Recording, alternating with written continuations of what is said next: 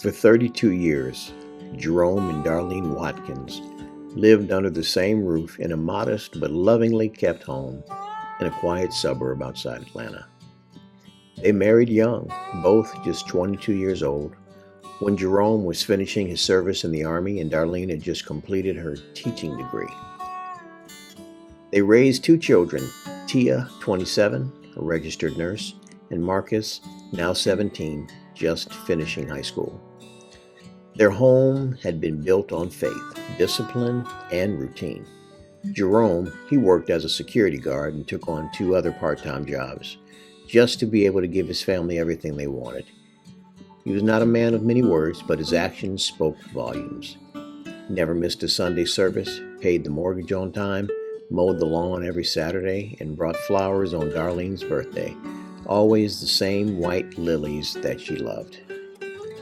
Darlene, she was the heartbeat of the house, warm but firm.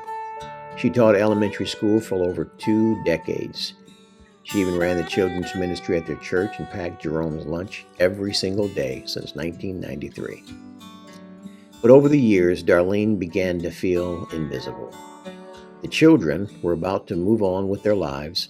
Jerome, she felt, had become too predictable and unattractive to her. Their conversations had thinned and romance was replaced with routine. She started thinking about a life she could have without Jerome. She went to a lawyer and started to make a plan to be free. First, she would start socking money away as much as she could so that she would be well taken care of once her plan took action. She started belittling Jerome so that he would not have the will to fight or the confidence to stand up to her. And then it happened. It was a Tuesday afternoon in May when Darlene said the words that would shatter the foundation Jerome thought was immovable. "Jerome, I'm leaving." Jerome didn't raise his voice. He just blinked as if trying to wake from a fog. "Leaving where?"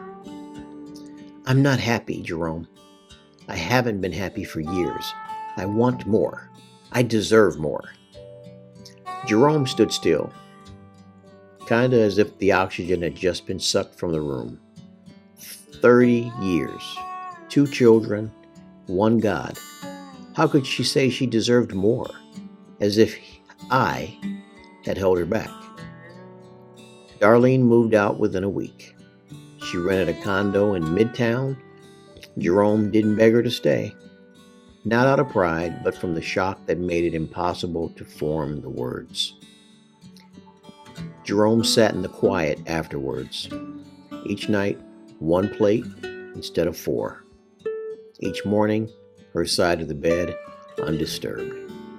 Her Bible still on the nightstand, bookmarked on Psalm 27.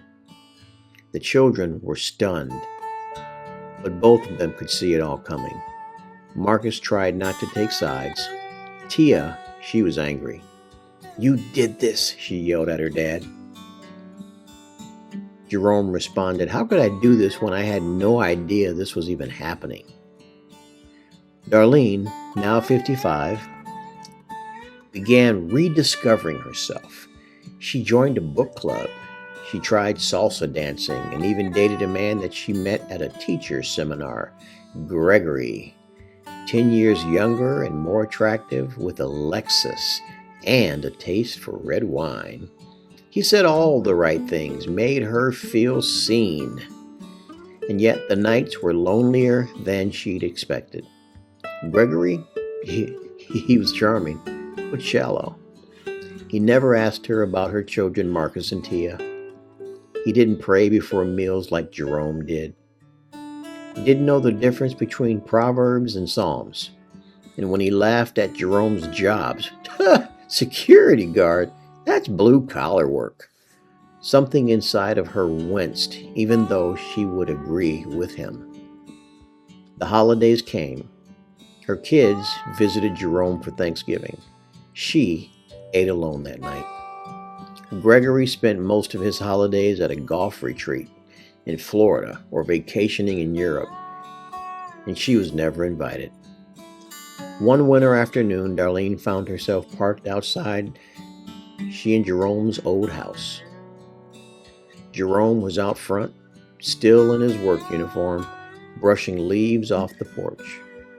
Their porch, she thought. He looked somewhat older, thinner. His shoulders were more hunched than she'd remembered, but his eyes still held that quiet strength. Jerome caught her out of the corner of his eye and nodded. "Darlene?" "Hey, Jerome." She wanted to say more, but the lump in her throat stole the words. She missed the way he looked at her when she would walk into her room.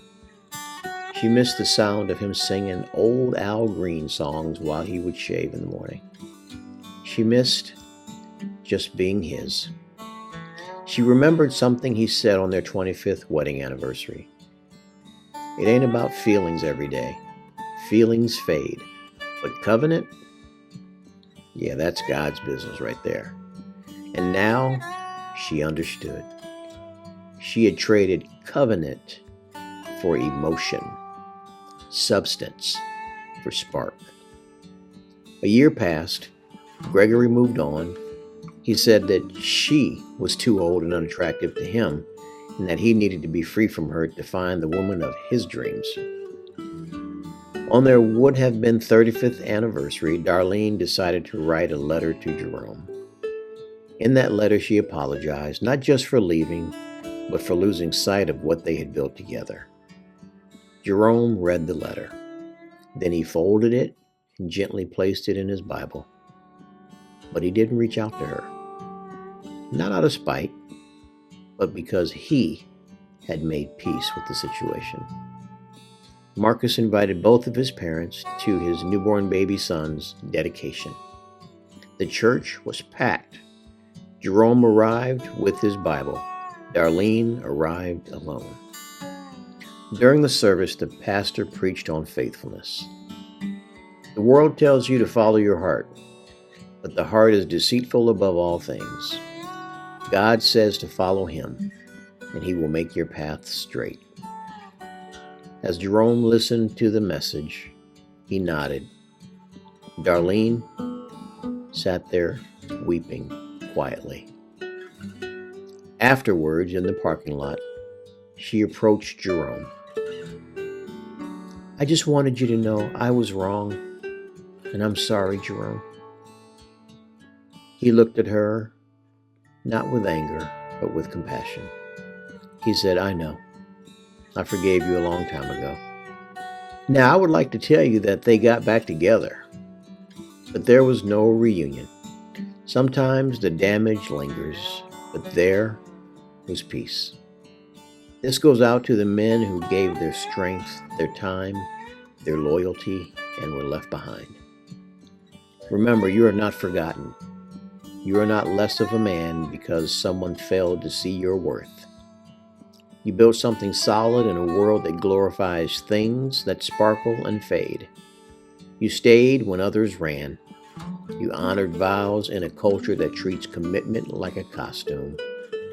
And though your heart may ache, know this: God saw it, your children saw it, heaven saw it, and that is enough. Keep standing, keep loving, keep building, because real men don't quit, even when others do."